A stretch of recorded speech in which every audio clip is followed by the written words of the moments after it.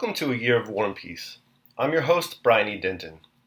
A Year of War and Peace is a daily, year-long, chapter-by-chapter reading of and meditation on Leo Tolstoy's epic novel, War and Peace.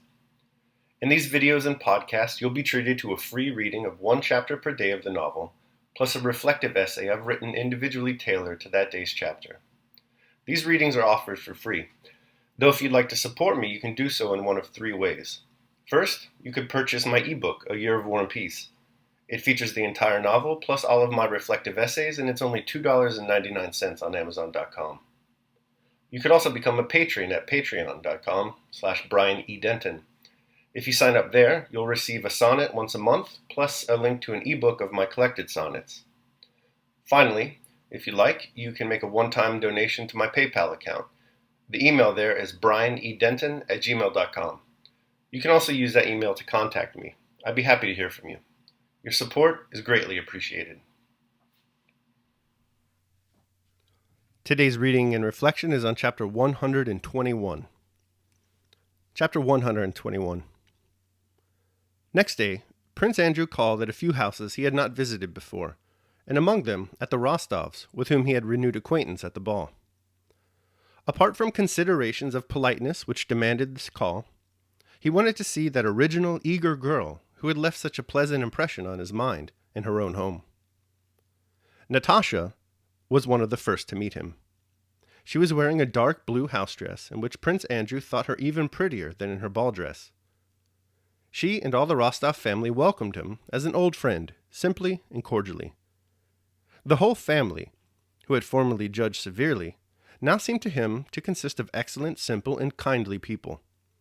The old count's hospitality and good nature, which struck one especially in Petersburg as a pleasant surprise, was such that Prince Andrew could not refuse to stay to dinner. Yes, he thought, they are capital people, who of course have not the slightest idea what a treasure they possess in Natasha. But they are kindly folk and form the best possible setting for this strikingly poetic, charming girl, overflowing with life. In Natasha, Prince Andrew was conscious of a strange world, completely alien to him, and brimful of joys unknown to him, a different world. Then the Otradonyo Avenue, and at the window that moonlit night, had already begun to disconcert him. Now this world disconcerted him no longer, and was no longer alien to him, but he himself, having entered it, found it a new enjoyment. After dinner, Natasha, at Prince Andrew's request, went to the clavichord and began singing. Prince Andrew stood by a window, talking to the ladies and listening to her. In the midst of a phrase he ceased speaking and suddenly felt tears choking him, a thing he had thought impossible for him. He looked at Natasha as she sang, and something new and joyful stirred in his soul. He felt happy, and at the same time sad. He had absolutely nothing to weep about, yet he was ready to weep. What about? His former love? The little princess? His disillusionments? His hopes for the future? Yes and no. The chief reason was a sudden, vivid sense of the terrible contrast between something infinitely great and illimitable within him, and that limited and material something that he, and even she, was. This contrast weighed on, and yet cheered him while she sang. As soon as Natasha had finished, she went up to him and asked how he liked her voice. She asked this and then became confused, feeling that she ought not to have asked it. He smiled, looking at her, and said he liked her singing, as he liked everything she did. Prince Andrew left the Rostovs late in the evening. He went to bed from habit, but soon realized that he could not sleep. Having lit his candle, he sat up in bed, then got up, then lay down again, not at all troubled by his sleeplessness. His soul was as fresh and joyful as if he had stepped out of the stuffy room into God's own fresh air. It did not enter his head that he was in love with Natasha. He was not thinking about her, but only picturing her to himself, and in consequence all life appeared in a new light. Why do I strive? Why do I toil in this narrow, confined frame, when life, all life, with all its joys, is open to me? He said to himself. And for the first time, for a very long time, he began making happy plans for the future.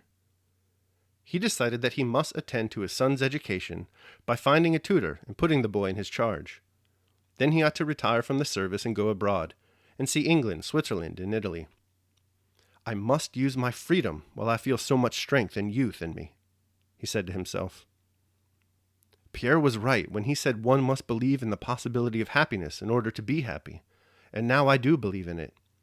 Let the dead bury their dead, but while one has life, one must live and be happy, thought he.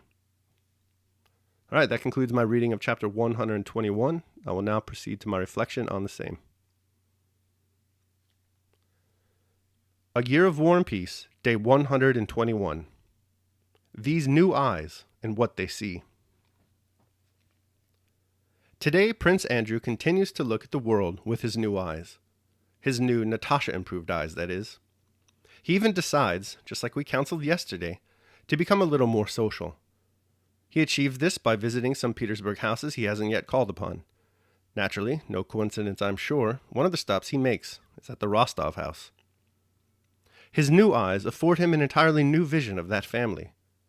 Whereas before he found them unbearable, they are now, quote, quite excellent, simple, and kindly people, end quote.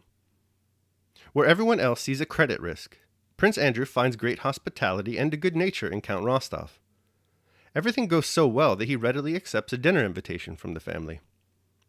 This leads directly to his most emotional moment in the novel so far. After a thoroughly enjoyable dinner, the family and their guests retire to a room where, at Andrew's request, Natasha plays the clavichord and sings for everyone. There's a certain passage in the music that chokes poor Prince Andrew up in tears. These are tears of joy and of sadness. As he attempts to hold these tears back, he tries to articulate their meaning. He can't tell exactly. The chief reason, Tolstoy writes, was a sudden vivid sense of the terrible contrast between something infinitely great and illimitable within him, and that limited, immaterial thing that he, and even she, was. The contrast weighed on, and yet cheered him when she sang. This is emotion as revelation. He returns home that night determined to change his life. His main decision is that he wants to be happy. He makes a list of things he can do to achieve the goal. He'll get his son a proper tutor, he'll go abroad, he'll stop dwelling upon the loss of his wife. He'll make any number of changes necessary to find that ever-elusive thing called happiness. Maybe, though, these aren't the right changes.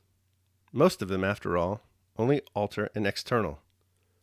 Prince Andrew can change everything he sees all he wants, but he probably won't be happy until he changes how he looks at them first. Daily Meditation. Seek not that the things which happen should happen as you wish, but wish the things which happen to be as they are, and you will have a tranquil flow of life. Epictetus, Enchiridion. All right, so that concludes my reading of chapter 121. I hope you liked it. Thanks so much for listening. Remember that if you'd like to support me, you can do so either by purchasing the ebook, A Year of War and Peace, becoming a patron at patreon.com, or making a one-time donation to PayPal. The links to all that are below. Your support is greatly appreciated. Tomorrow, we will be reading and reflecting on chapter 122. Hope to see you there.